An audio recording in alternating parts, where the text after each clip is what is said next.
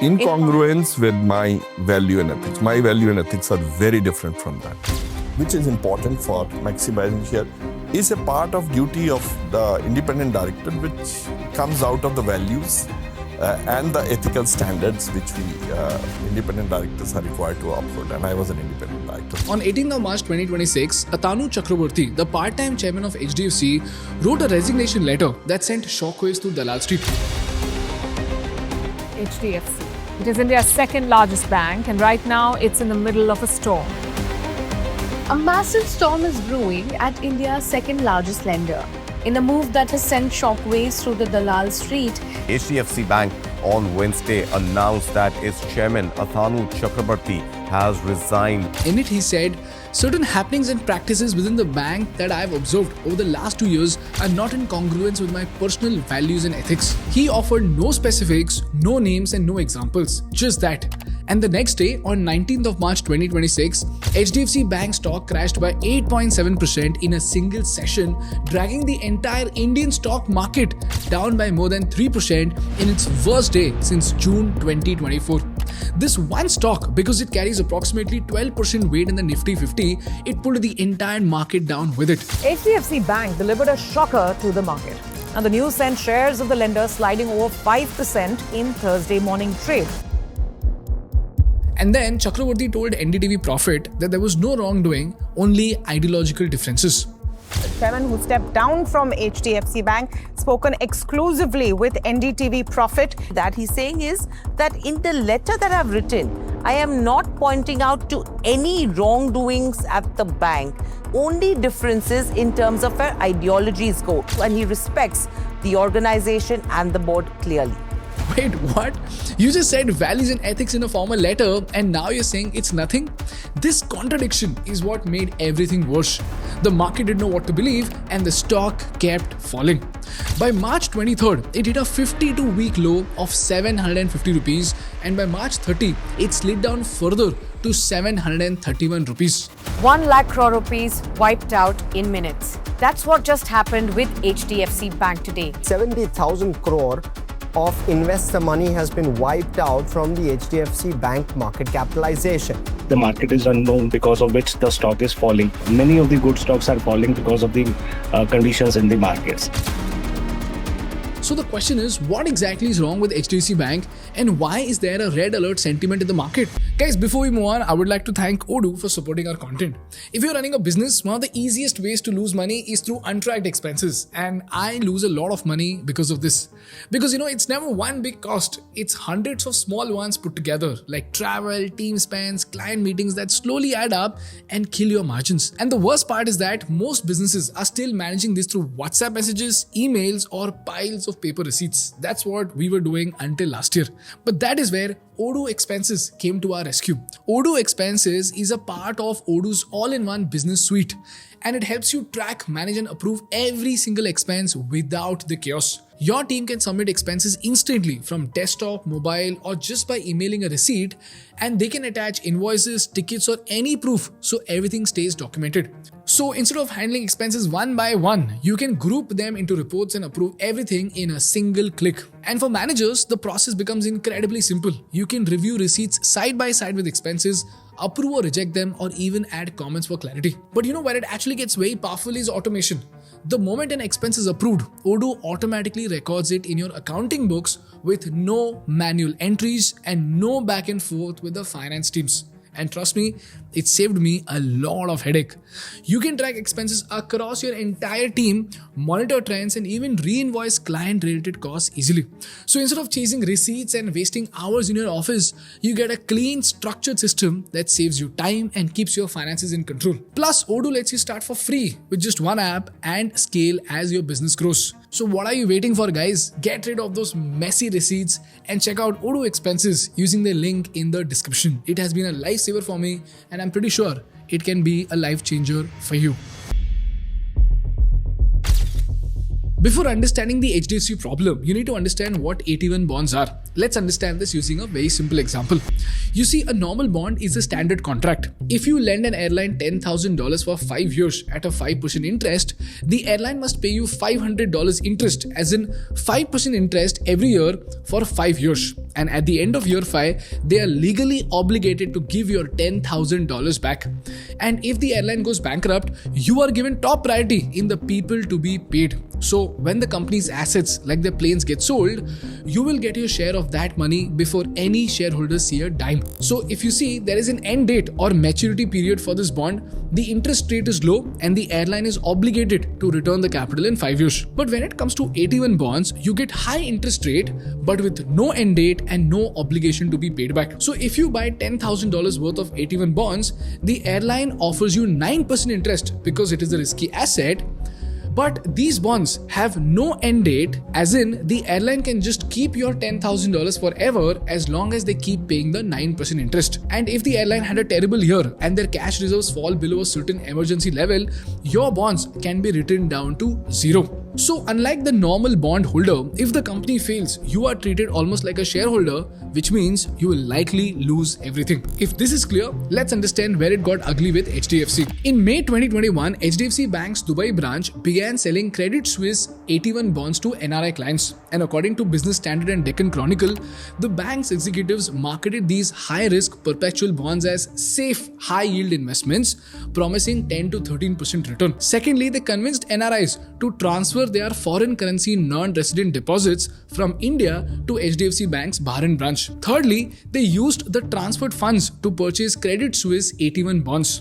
And lastly, they reportedly did not adequately disclose that these bonds had no maturity date and were told as a safe investment option. And then came March 2023 when Credit Suisse collapsed. Another bank is on the brink. We're talking about global investment bank Credit Suisse. Credit Suisse. Credit Suisse. This week, the government took decisive and forceful actions to stabilize and strengthen public confidence in our financial system. It's not about econometrics or macro or microeconomics. It's about consumer psychology. Credit Suisse has a lot of links to the financial sectors of other countries. For those who don't know, after Credit Suisse collapsed, a Swiss bank called UPS took it over in an emergency rescue. And they looked at AT1 bonds and said, hey guys, we are not obligated to pay back the money from AT1 bonds, right? That's the contract. So let's write them off. So the Swiss regulators ordered a complete write-off of around $17 billion. And every single investor who held these bonds lost everything. Now imagine you are Rajesh, an NRI living in Dubai, and you've saved 1 crore rupees in deposits, earning a safe 5 to 6%. But then your HDFC Bank relationship manager calls you and says, sir, why settle for 5% when you can earn 13%? We have a very safe product, bonds from Credit Suisse Bank. So bonds are safe, and with a name like Credit Suisse, it becomes the most trustworthy offer, and that too with 13% interest. So who would say no to that, right? So Rajesh transfers his 1 crore rupees to invest in these bonds. 2 years later, Credit Suisse collapses and his 1 crore rupees becomes zero. And he finds out that the safe product was actually one of the riskiest instruments in banking. In fact, the terms and conditions allowed Swiss regulators to simply erase it off. This is what happened to potentially several NRI investors. Thankfully, the Swiss court annulled the write-off, and today these bonds trade at 30% of the face value. But wait, it actually gets uglier. Because there's another problem that HDFC is facing due to its iconic merger that happened in 2023, and this is where another big problem emerges. But before understanding the hurdles that HDFC is facing due to the merger, you first need to understand how a bank actually makes money. You see, a bank takes deposits from people and pays them 2 to 7% interest, and then it lends that money to borrowers at around 9 to 12% interest. Now, there are two types of deposits in a bank, and this distinction is very, very critical, so listen to this carefully. First, there are current account and savings account, also called CASA accounts. This money is cheap because HDFC only has to pay around 2 to 3% for savings account and 0% for current accounts. So this is the best form of deposit. And then there are fixed deposits. These are expensive for the bank. Why? Because for FDs, HDFC has to pay around 6 to 7% interest. So if this money is lent at 10%, the bank will only have a margin of 4%. But the beauty of FDs is that they're easier to attract in large volumes and you have a stable supply of cash as a bank because investors actually stay invested for very long. Now, if you look at HDFC Bank's problem after the merger, when HDFC Bank Limited merged with HDFC Bank, HDFC Bank inherited a massive loan book from HDFC's home loans, but not enough cheap CASA deposits to fund them. Let me explain this using an example. Imagine HDFC before and after the merger with HDFC Limited, which is the housing finance arm. Let's say the bank has 133 rupees in deposits. It has to keep 33 rupees in cash and government bonds for safety, and it can lend the rest 100 rupees. Now in this 100 rupees, 50 rupees is coming from cheap CASA deposits at 3% interest. But the rest 50 rupees is coming from expensive sources like FDs, where the bank has to pay a 7% interest. So if you look at the average cost of funding, it's 3 plus 7% divided by 2 equal to 5%. Now they lend this 100 rupees at 10% interest. So if you look at the profits, it's 10 minus 5% equal to 5%. This 5% is called the net interest margin. Now after the merger, HDFC Bank inherited HDFC Limited's massive home loan book of 6 lakh crores. Now as we all know, HDFC Limited was a lending company and it was not a bank. So it didn't bring many cheap deposits with it. So to put that in the context of this oversimplified example that we've taken, the bank now suddenly has 200 rupees in loans to fund, but only has 100 rupees in total deposits. And to cover the other 100 rupees, the bank can't wait for people to open savings accounts. So it must quickly attract large amounts of cash by offering expensive FDs or by borrowing from the market. Now, if you look at the math, if the merged HDFC entity has 50 rupees in cheap CASA deposits at 3% plus 150 rupees in expensive FDs at 7%, the average cost of funds is 6%. Now, since the home loans have lower interest rates of around 8.5%, the average lending rate might drop to 9%. So now the new profit is 3%, which is a massive drop from the original 5%. This is how, in our oversimplified example, the net interest margin drops when the entity has to use costly deposits to lend money. Now, coming back to the real world, the merger of HDFC Bank and HDFC Limited compressed HDFC Bank's net interest margin from roughly 4.1% to around 3%, which is below ICICI and Axis. And this massive drop happened due to 3 reasons. Reason number 1 is lower average lending rate. Like we all know, HDFC Limited's home loans used to cost around 8.2%, but HDFC Bank's personal loan and business loans used to cost around 12 to 18%. Now, when a huge bucket of home loans got mixed into the portfolio of personal and business loans, the average lending rate got dragged down. Reason number 2 is higher deposit cost. HDFC Limited used to borrow from bond markets at competitive rates, but now it must fund itself through bank deposits, but CASA deposits aren't growing fast enough.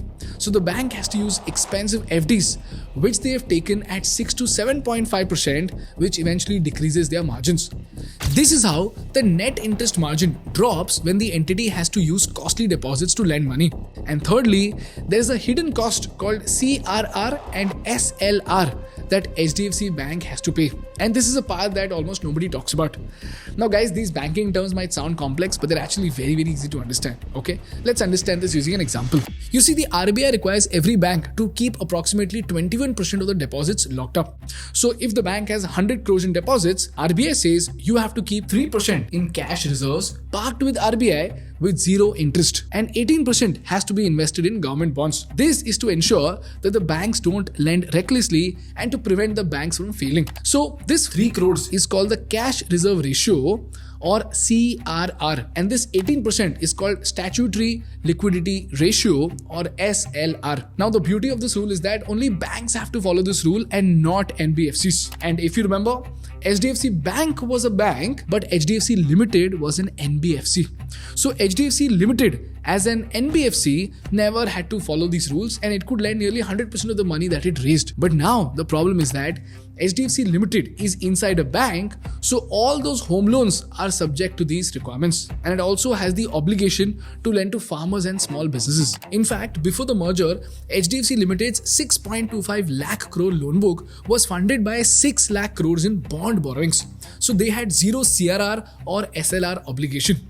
But after the merger, as the bank replaces those borrowings with deposits, every 1 lakh crore of new deposits require 21,000 crores to be set aside, which is basically 3% of CRR plus 18% of SLR. So if HDFC has lent 6 lakh crores, it needed to have 1.3 lakh crores of capital sitting idle, earning almost nothing. So do you realize 1.3 lakh crores lent at 9% could have made thousands of crores, but now it is sitting idle due to the merger. Now comes the third layer of problems. According to Equintis analysis, the loans in HDFC are growing faster than deposits. Secondly, if you look at the loan to deposit ratio, pre-merger, it was at 87 to 88%. Now, RBI recommends a comfort range of 60 to 80%. So it was still good. But after the merger, it spiked to 110%. So the bank had lent out more than it had in deposits. But now in Q3 of FY26, it has come down to 98.5%. So it's better, but still well above the comfort range. And all of these challenges put together has brought down the net interest margin of HDFC from 4.1% by FY23 to 3.35% in Q3 of FY26. So the three problems are AT1 bonds problem, the merger problem, and the increasing pace of loans as compared to deposits problem. And when you combine all three layers, the result is a massive trust deficit. And in banking, trust is the most valuable asset. And this trust problem is hitting HDFC at the worst possible time when the market is already weak due to geopolitical tensions. And as we all know, HDFC stock was once considered India's most dependable banking compounder, but now it has trust problems. And if a bank has a trust problem, it's not a normal challenge, it's an existential crisis at play. And as an HDFC fan, I'm just hoping that HDFC rectifies this problem and goes back to what it was, the most trusted banker in the country. And as a student of business, I just hope you learned something valuable from this case study. That's all from my side today, guys. If you learned something valuable, please make sure to hit the like button to make YouTube Baba happy. And for more such insightful business and political case studies, please subscribe to our channel. Thank you so much for watching. I will see you in the next one. Bye bye.